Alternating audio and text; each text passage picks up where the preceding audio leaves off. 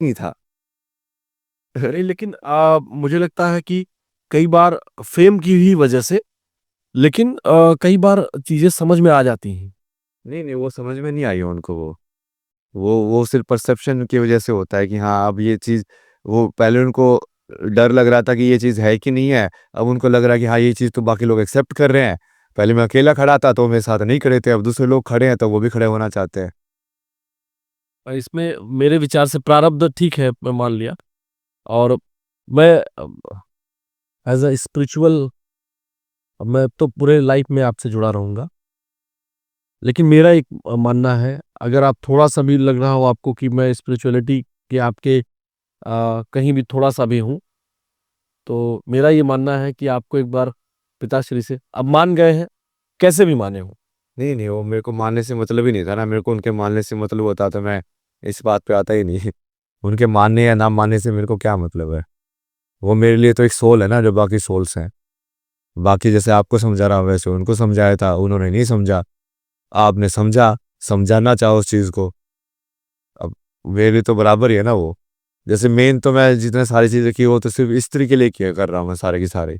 चाहे वो मेरी माँ के साथ जो इंसाफ हुआ हो, चाहे मेरी जो रिलेशनशिप के अंदर मैंने जो एक्सपीरियंस किया कि वहाँ पे मैंने बताया था कि जैसे बहन प्रेग्नेंट थी तो वहाँ पे नहीं आ पाई मम्मी मदद करने के लिए। तो उसकी वजह से मुझे महसूस हुआ कि यार ये सब क्या है संसार के अंदर, ये सब क्यों होता है मतलब।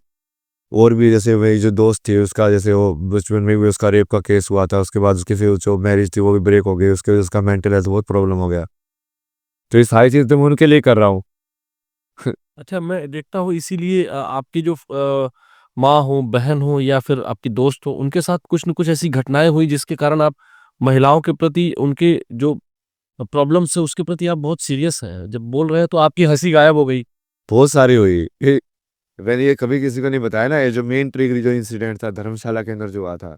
यहाँ रितु जी भी बैठी हुई है, मैं बार बार ये इसलिए बता दे रहा हूँ क्योंकि फीमेल है।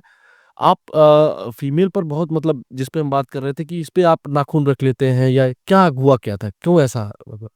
नहीं ऐसे चीज़ें तो मैंने बहुत बताई ना, जैसे अपनी माँ की साइड तो मैंने फिल्म में देखी होगी आपने, वही सवाल बनाई हुई है मैंने। वो पूरा उसके ऊपर ही है, डोमेस्टिक वायलेंस के ऊपर। आप जिस पिताश्री को पिताश्री बोलते हैं ना, वो उस माँ को ना वो गोला लाठी बोलते हैं। क्योंकि एक तरीके से ऐसे पैर वैर को अरेंज करके उसको बांध के लाठी को बीच में डाल के तब मारते थे। आपने तो देखा ही नहीं है ना, आप तो उनके बह वो क्रोकोडाइल वाले आंसू के ऊपर बह गए। माँ अभी है। है ना, तभी तो। तो मेन चीज़ तो उनकी थी। जब मैं दिल्ली में भी रुका तो मैंने उनको भी बोला था।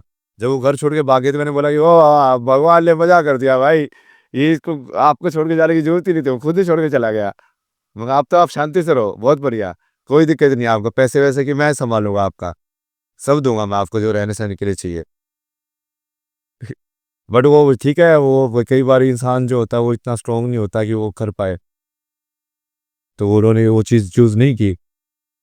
अच्छा, तो आप कौन सा एक्सपीरियंस वो बता रहे थे फीमेल के कारण, कौन सा आप अरे लोग। बचपन के अंदर तो ये सभी देखा मैंने। है तो उसकी वजह से एक फीमेल का एक वो बना कि हाँ भाई ये सब, लाइक बिल्कुल ही अलग इमेज बनी, साइकोलॉजिकली तुम बहुत अलग बन जाते हो उसकी वजह से। फिर उसके बाद जैसे साथ में हुआ बहुत सारी चीज़ें हुई। लाइक मेरे पर्सनल इंसिडेंट्स भी हो, जाके मैंने रियलाइज़ किया कि यार जो जो कर रहा है वो एक्चुअली में गलत है।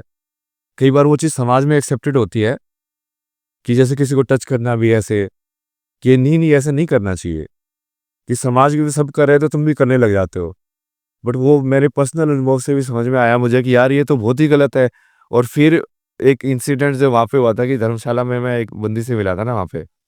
तो वहाँ पे जैसे वो मुंबई की थी। तो ऐसे चैट वैट पे बात हुई, फिर वो वहाँ पे आई रहने के लिए, जैसे 2 हफ्ते के लिए। तो 2 हफ्ते तो वो जैसे कि साथ में ही थे ना वो पूरा।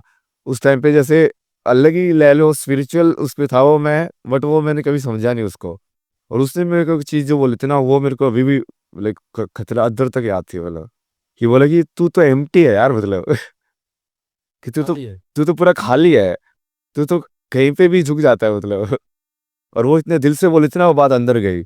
और उसने जैसे बाद में बताया ना, जब वो चीज़ वापस चली गई उसने बाद में बताया कि उसके साथ भी ऐसे जैसे रेप का ऐसा कुछ इंसिडेंट हुआ है।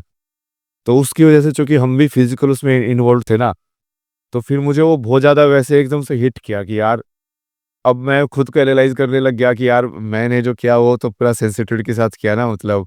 कि हाँ, मैं तो कहीं पे फ़ोर्सफुल नहीं था। या ऐसे कि अब फिर मैंने बहुत सारे जैसे हेल्पलाइन में कॉल किया कि जब ऐसे केस होते हैं तो ऐसे लोगों से कैसे बात करनी चाहिए। पूरी पढ़ाई की मैंने उसकी किया, ऐसे मतलब क्या सेंसिटिविटी रखनी चाहिए या कैसे उस चीज़ को हील किया जा सकता है किसी इंसान के साथ हुआ हो तो। और बट उसकी वजह से मेरा वो बचपन का सारा ट्रॉमा एक्टिवेट हो गया सारा का सारा वो हेल्पलेसनेस वाला, कि तुम बचपन में भी तुम देख रहे थे वुमेन के अगेंस्ट वायलेंस होता, तुम कुछ नहीं कर पा रहे थे। तुम बच्चा हो के सिर्फ देख रहे थे और यहाँ पे भी तुम सिर्फ देख रहे हो, तुम कुछ कर ही नहीं पा रहे हो, किसी की मदद कर ही नहीं पा रहे हो। और उसकी वजह से वो पूरा मतलब मुझे सिर्फ वो इंसिडेंट ही घूमता रहता था मेरे दिमाग में, वो मेन डिप्रेशन का कारण वही था। सिर्फ वही इंसिडेंट घूमता रहता था पूरे टाइम मेरे दिमाग में। कि बचपन में मैं रोक नहीं पाया, जवान हूँ, करने लायक हूँ, रोकने लायक हूँ, फिर भी कुछ कर नहीं पा रहा हूँ। तो मैं थेरेपिस्ट से यही पूछता था कि मुझे सिर्फ ये फ्रीज वाली, ये हेल्पलेस वाली फीलिंग नहीं चाहिए। मुझे चाहिए कि मेरे सामने कुछ हो रहा हो तो मेरे हाथ जाम ना हो। क्योंकि वो वैसे वाला डेवलप हो गया है, वैसे वाला कैरेक्टर। इसको बताओ कि इसको तुम कैसे सोल्व करोगे? तो वहाँ से फिर वो जाते-जाते जैसे आपने बताया ना, और फिर जैसे एनलाइटनमेंट के बाद भी फिर वो वही चीज़ थी, ट्रिगर पॉइंट था जो फिर से वापस आया। और फिर उसको लेके मैंने बोला कि हाँ, इस पे काम करना है ना अब।